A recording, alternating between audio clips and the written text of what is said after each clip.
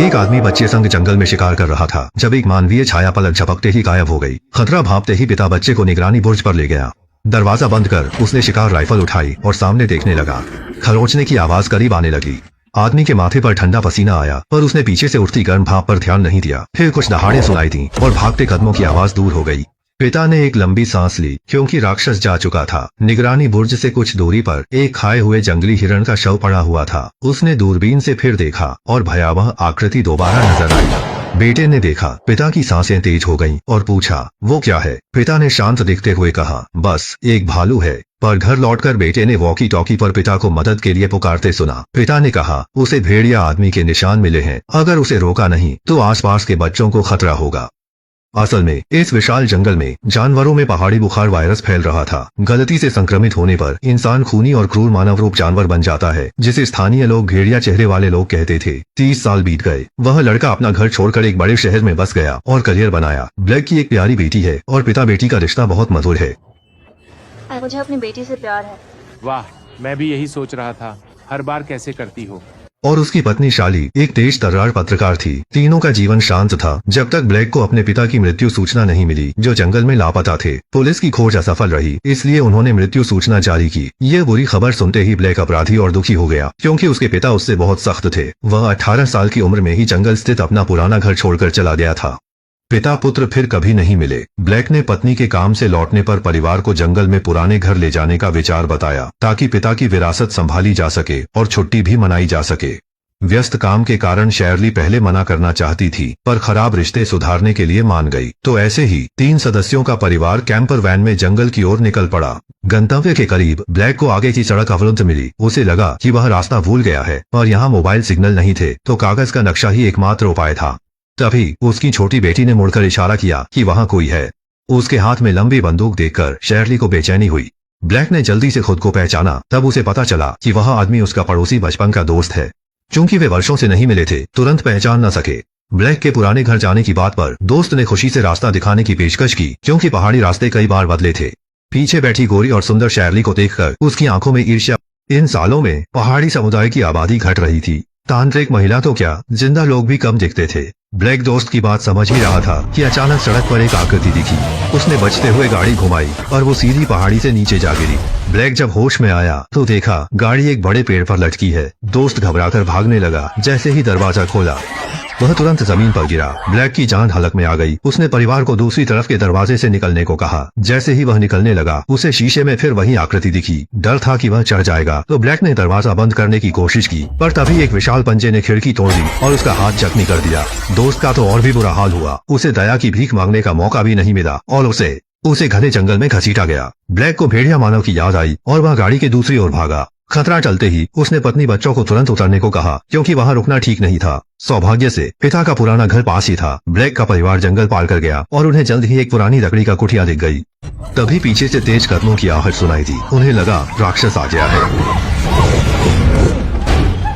जल्द ही बाहरी हलचल शांत हो गई। ब्लैक ने पुरानी हवेली का जायजा लिया। सभी खिड़की दरवाजे बंद कर ब्लैक टॉर्च लेकर तहखाने में गया। उसे याद था कि वहाँ एक छोटा जनरेटर है। उसने हैंडल घुमाया और अंधेरा घर रोशनी से भर गया।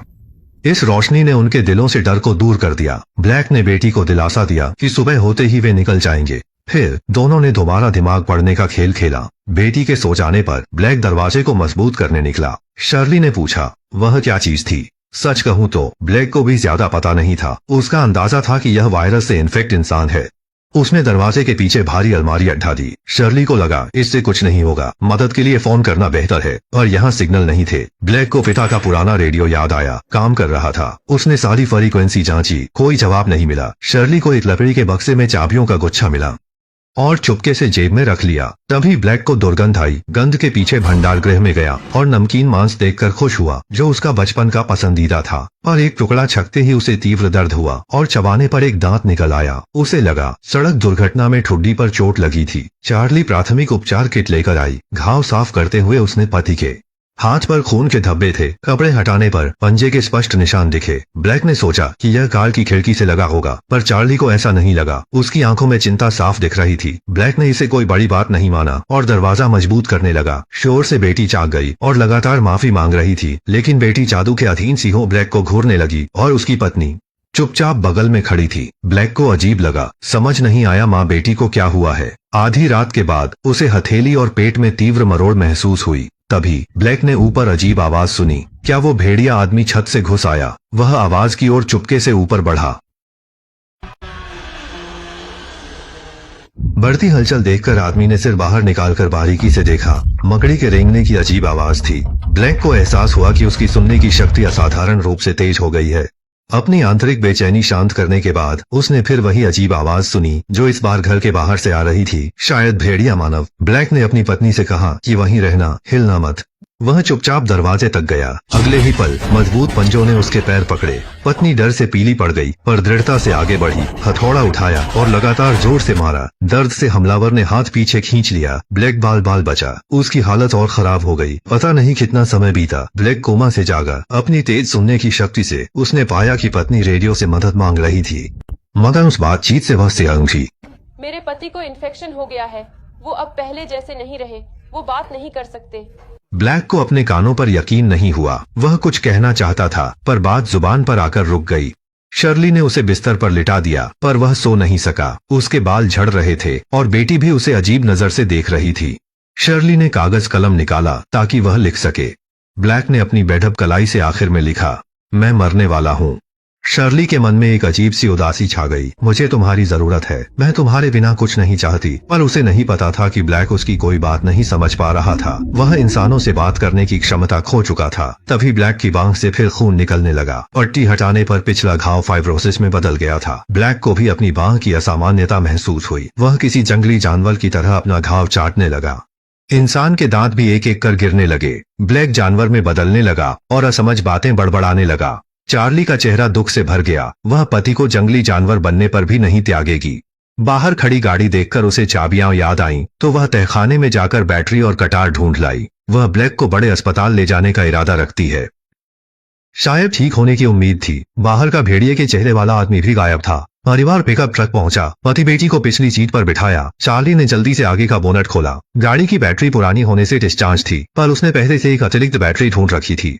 तार जोड़ने के बाद चार्ली तेजी से ड्राइवर के केबिन में गई। स्टार्ट स्विच घुमाया और इंजन की आवाज शांतिपूर्ण लगी। चार्ली ने अपने उत्साह पर काबू किया और बोनट से अतिरिक्त बैटरी लेने भागी। जैसे ही वह भागने की तैयारी करती है, एक भयानक चेहरा सामने आता है।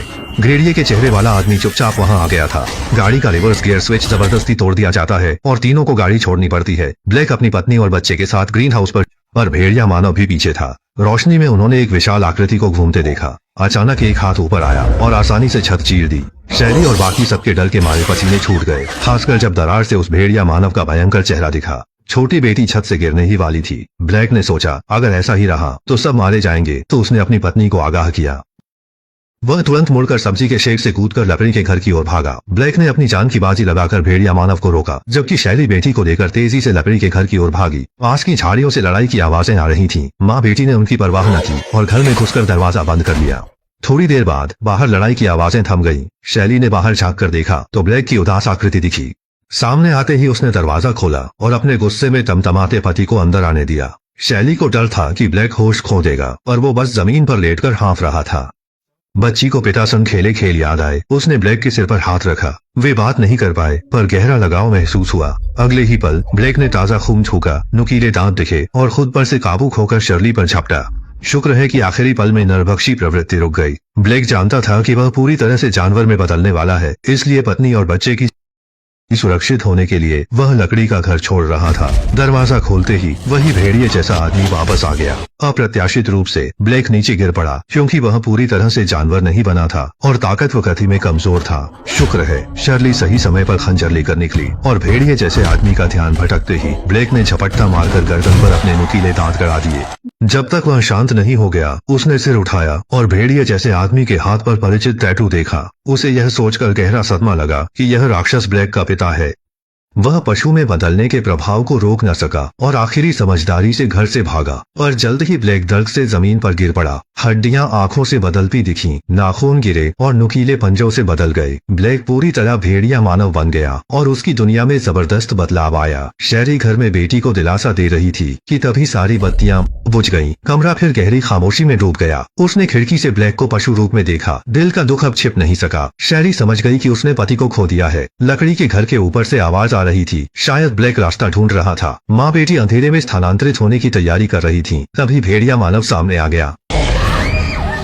शाली ने सहज ही अपना खंजर घुमाया और बेटी के साथ घर से बाहर भागी। पास के गोदाम में छिप गई। दरवाजा मजबूती से बंद था, फिर भी ब्लैक हार मानने को तैयार नहीं था। शाली घबराकर पशु जाल उठाकर जमीन पर लगा दिया। देर बाद दरवाजे के बाहर आवाज बंद हो गई। शाली खुश हुई। उसे लगा ब्लैक चला गया है, पर वो पहले ही गोदाम में घुस चुका था और अंधेरे में छिपकर उन्हें घूर रहा है। पशु जाल के अचानक सक्रिय होने पर शाली को ब्लैक के पास होने का एहसास हुआ। ब्लैक के हिल न पाने का फायदा उठाकर शाली बेटी संग गोदाम से तेजी से भाग निकली। हालांकि पशुवत हुआ ब्लैक उम्मीद से कहीं ज्यादा खूंखार निकला। उसने फंसी हुई पिंडली को काट डाला। इस तरह वो 3 पैरों पर माँ बेटी का पीछा करने लगा, पर उसकी गति धीमी पड़ गई थी। इसी क्षण शाली बेटी सहित जंगल पार कर दुर्घटना स्थल लौटी और ब्लैक के बचपन के दोस्त की राइफल उठाई। भेड़िया चेहरे वाले आदमी को पास देख दोनों राजमार्ग की ओर भागे।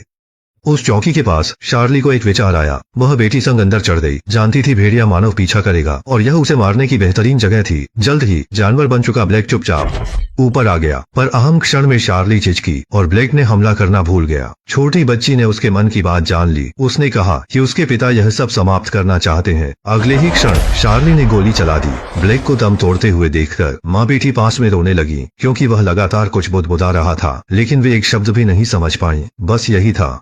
ये वुल्फमैन का पूरा सारांश है। पूरी फिल्म में सबसे अच्छी तो माँ ही थी। पति की मौत की खबर पर वह रोते बिलखते हुए बोली कि उनके बिना कुछ नहीं कर सकती, पर बाद में उसने गाड़ी ठीक की, वार किया, जाल भी बिछाया और बेटी के लिए गोली चलाई। सच में औरतों की कुछ बातें पुरुषों को बहकाने की सामान्य तरकीब होती हैं। आज के लिए बस इतना ही। अगर आपके विचार अलग हों तो कमेंट में जरूर बताइए। हम अगली बार मिलेंगे।